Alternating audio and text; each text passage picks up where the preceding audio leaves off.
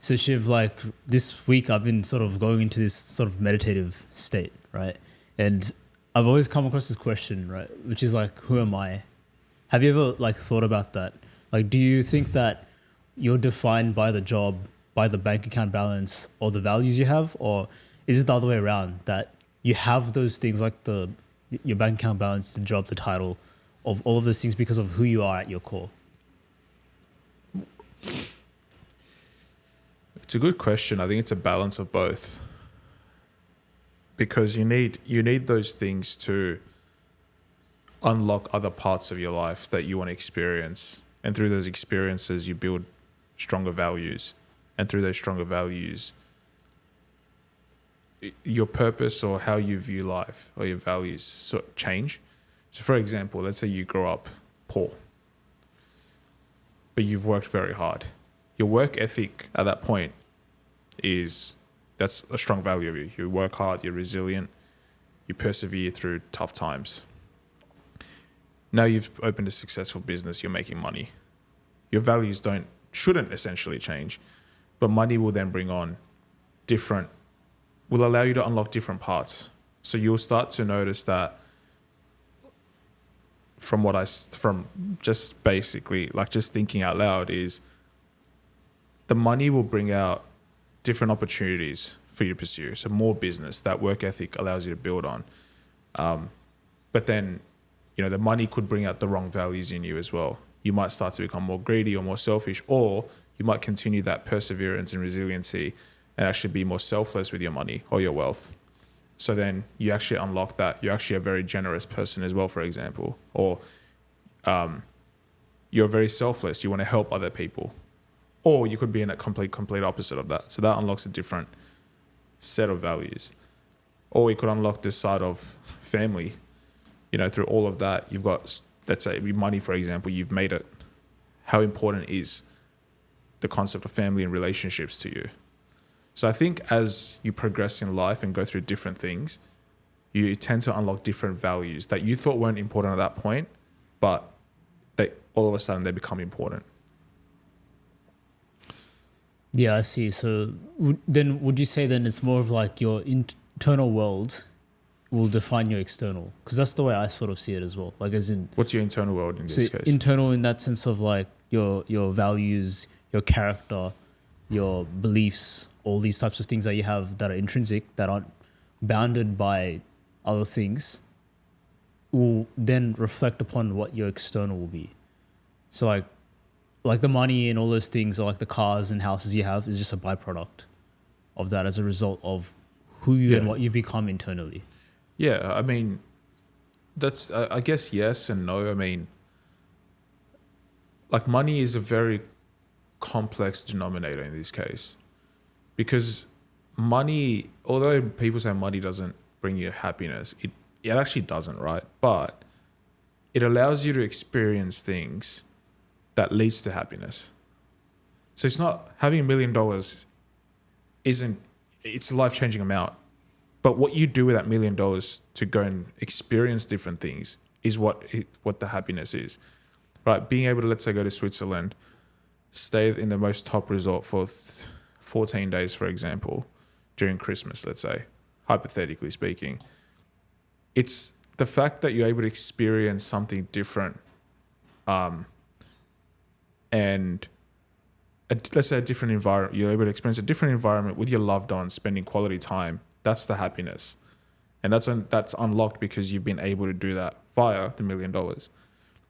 So money, if we speak about money as a concept, it brings the best out of people, but it brings the worst out of people as well. Yeah. Like the way I see it is like energy, right? And yes. The way I describe it is it's energy that will amplify things. So if your internal values are negative, like it's associated around like poor habits, bad habits, like you're lazy or you're unethical, then it's just only going to amplify those needs. You have more access to those types of things because of wealth. So it's going to amplify that energy of you being more probably, I don't know, like guilt-driven or more of jealousy, envious. It's only going to drive that and amplify that. Whereas if you're on the other end where you're more of like a abundant person who's more, I would say, empowering and things like that, then it's going to amplify those parts of yourself. You have more joyful perspective, you're ethical, you do things with a good intention, then it has more access to that basically. So I sort of like, the way I sort of interpret it is more of like your intrinsic world will be the set parameters that will define or be in a way of shaping what your extrinsic will be in a sense. So it's more of like a mindset thing, and your character, beliefs and values and things that you do, because that reflects in the activities that you do each day. And that's the input that you're providing. And, you know, for every input, there's a certain output.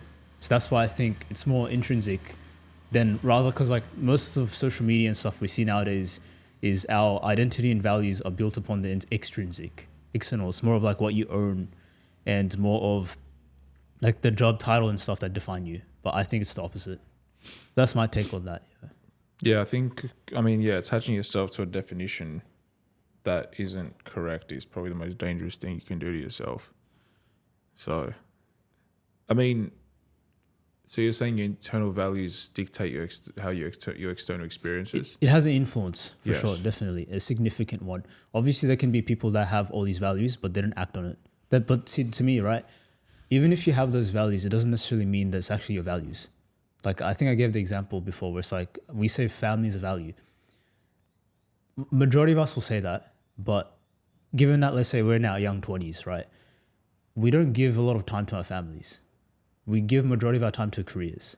So our actual value is growth. That's why we take high risk opportunities. Like, for example, people in our generation will probably do crypto or probably do other types of activities because we're in that environment of growth. We're putting in a small amount of input to receive. It's asymmetric risk, a lot of like potential to get a lot of output.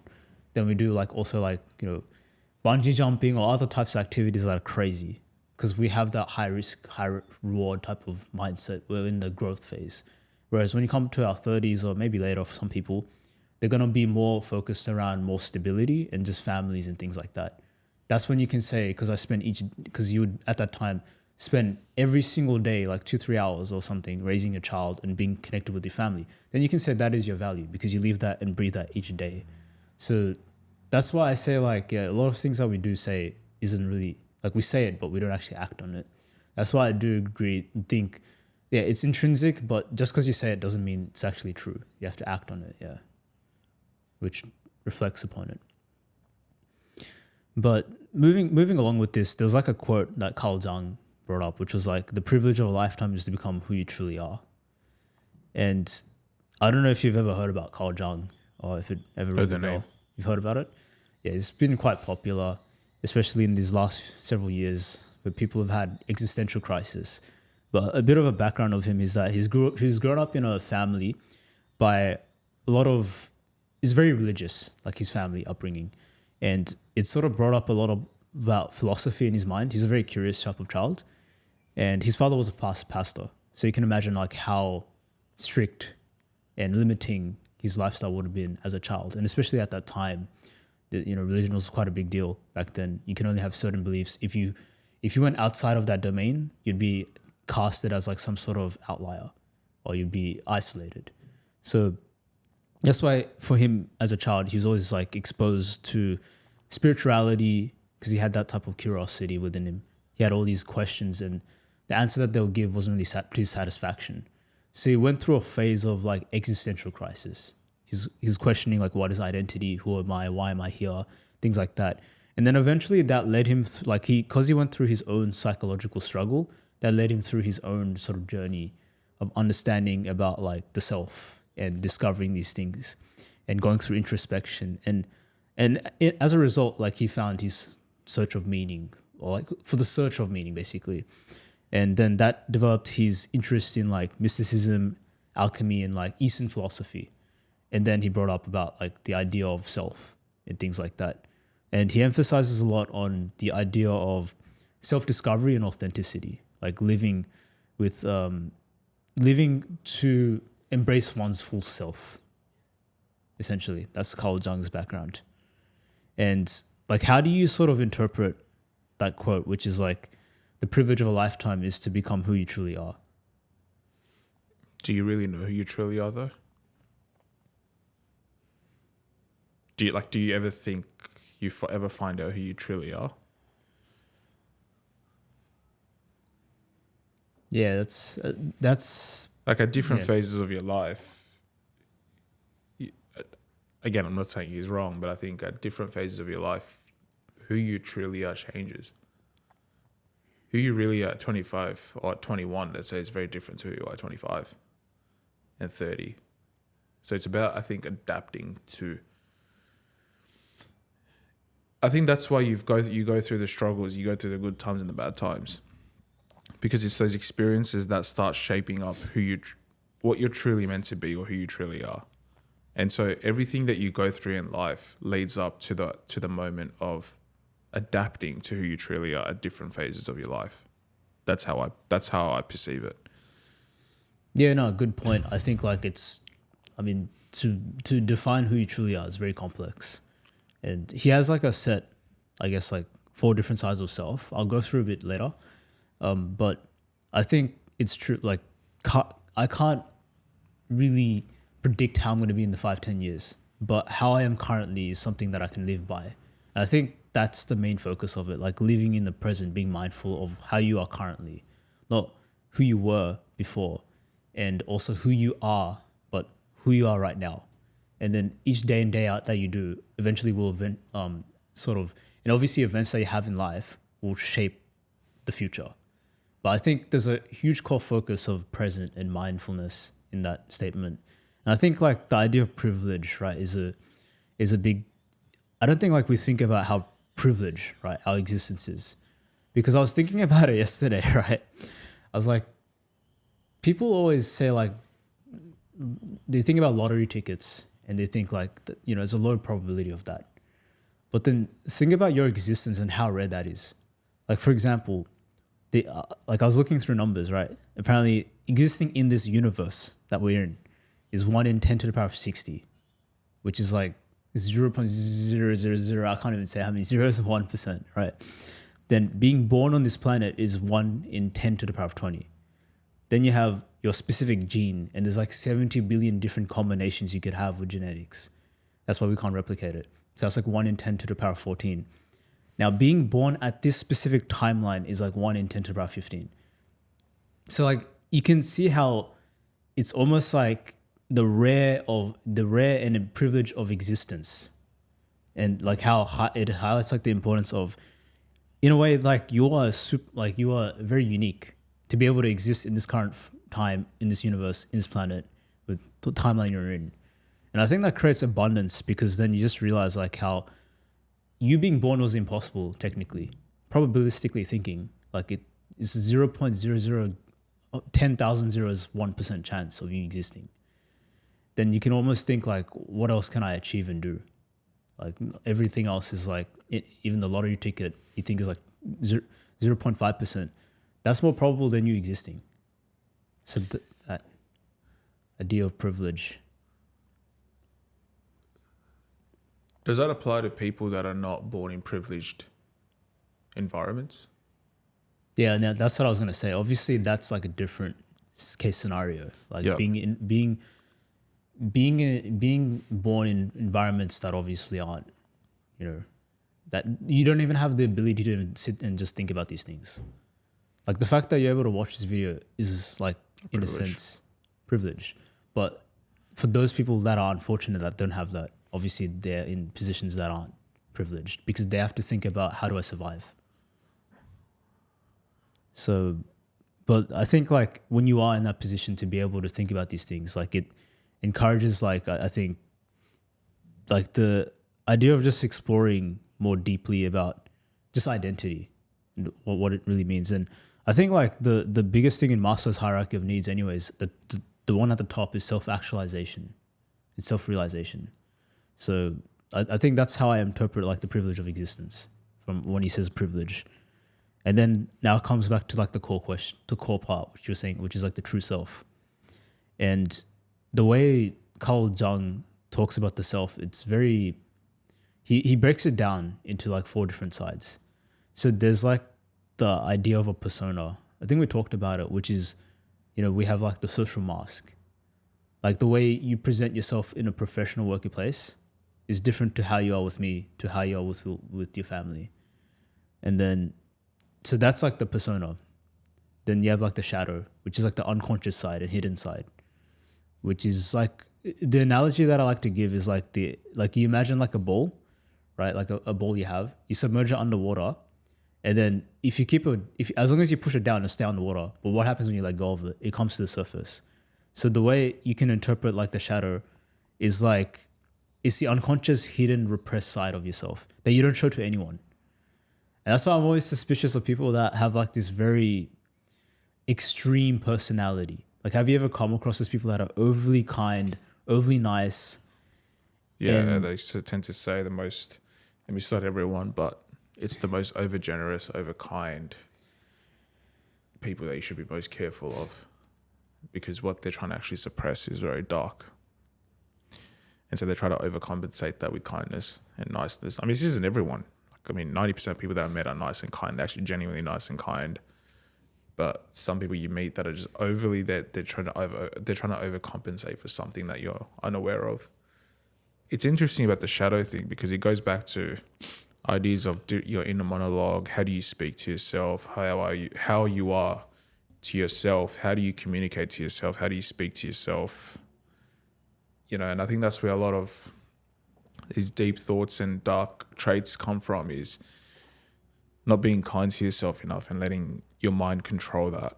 And that's where you end up convincing yourself of. And that's why, unfortunately, people that are victims of self-harm, a lot of people, common thing you hear is, oh, I didn't expect that. You know? So it's, you actually don't know for people who they truly are. Yeah, really well said. And like the thing about the shadow is like it's repressed sides. It's sides that you reject about yourself. And what ends up happening is like the more you reject it, the more stronger it becomes because you have no control over it. As you don't accept it as a part of yourself, but it actually truly is part of yourself. And then what ends up happening is like the ball analogy. It's like you keep suppressing until one day, you know, you reach a breaking point. And then it unleashes in such a way that it's not controlled because you never gave it awareness, you never worked on it. And that unleashing isn't a lash out on someone, it's a form of harm to yourself. You know, it can be quite catastrophic. And the ripple effects that has on other people around you. You know, I think I saw a quote is, you actually don't know how much people love you and how much they actually appreciate you. Like, you'll never know that. Like, how I feel about you or how you feel about me, I can say it, but you'll never know. Like, you don't have a mind reader that's going to look into my mind and go, oh, this guy cares about me. He cares about me, right? You don't know that. Like, you're always living blindly to that. And I think once you start to appreciate that there are people that actually care about you, people that love you, people that genuinely want the best for you and your well-being, right? It might not be hundreds of people, but there are people out there. Your mindset shifts, your mindset changes because the world isn't against you, right? The world is comprised of good and bad people. And so the bad people will, of course, be against you, but the good people actually care about you. But it's just such a simple thing. Like, you don't actually realize how much people love you. It's such a simple yet effective quote. Yeah, well, that's true. Because, like, yeah, we always assume, well, it depends on how that person's brought up. Like, yeah. Because, like, they can have perspectives where they think everyone's an enemy. Exactly. And everyone's negative. Exactly. It's a lot of different perspectives. Like, we've spoken about it. There's childhood, there's your experiences, there's your upbringing, there's different experiences. Like, there's so many different factors that affect that. But I think at a fundamental level, regardless of all of that, like, you are loved. It sounds cringe, but it's true. Like, that's how it is. And about the analogy, like, you submerge that person, it comes out self-harms. You've just not just harmed yourself, but you've harmed everyone around you. Because they also, like, even though it's not physical, they feel it emotionally 100%. or mentally because they feel like they're also responsible for that. Exactly. And yeah, I like how you brought up like, you know, self-harming in the sense as in that could be an expression of that, of a you could say a shadow, because most people would think like anger is like a very common one. But yeah, that it's good that you highlighted that, because that is also a, you know, that's a lack of self-respect, and that can come in many different forms as well. Like other than self-harming can be just not having the ability to say no, like always saying yes, yes, yes, yes, to the point that you even regret even being there, like going to those parties that you don't even want to be with these people, or always doing errands for people, like doing all these jobs and things for people that don't even care about you. They just want to get your time and use you as like just use you for their benefit. They have no they don't see you as any partner or anything, just a tool to use you. And that's another form of, like, you could say the shadow, where you just don't care about yourself and you're completely just selfless to the point that it's just you have no self-respect, which is self-damaging. A lot of self there, but Very well self-said. yeah, Too much selflessness that has no self-respect. That's really well said. That is really well.